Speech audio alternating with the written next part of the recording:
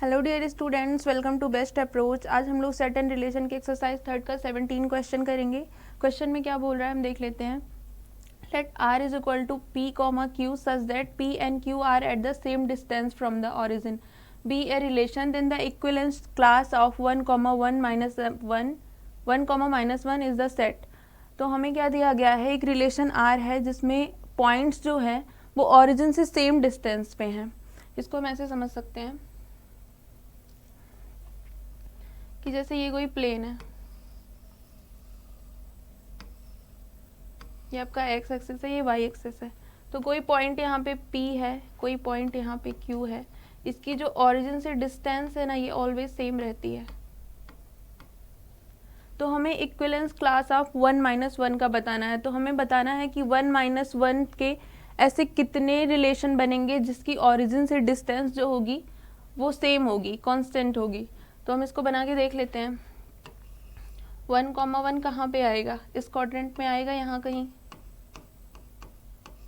और इसकी ओरिजिन से अगर हम डिस्टेंस निकालेंगे तो कितनी आएगी, ओरिजिन से इसकी डिस्टेंस कितनी आएगी, √2। तो इक्विवेलेंस क्लास का मतलब कि इसके और कितने ऐसे पॉइंट्स होंगे जिनकी डिस्टेंस 0, 0 से √2 आ रही होगी। तो यहाँ पे कोई पॉइंट होगा 1, 1, उसकी भी डिस्टेंस √2 आएगी। यहाँ पे कोई पॉइंट होगा -1, 1, उसकी भी डिस्टेंस इतनी ही आएगी। सिमिलरली ऐसे यहाँ पे भी होगा।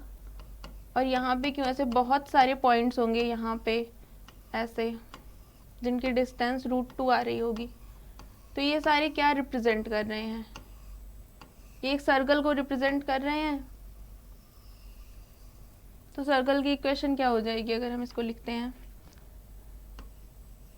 x - 0 का स्क्वायर प्लस y - 0 का स्क्वायर इज इक्वल टू √2 का स्क्वायर। तो सर्कल की इक्वेशन क्या आ जाएगी, x² plus y² is equal to 2। इसी रिलेशन के बारे में पूछ रहा है, तो कौन सा ऑप्शन आ रहा है, ऑप्शन डी आपका करेक्ट है, ये वाला। ओके, आई होप आप सबको समझ में आया हो।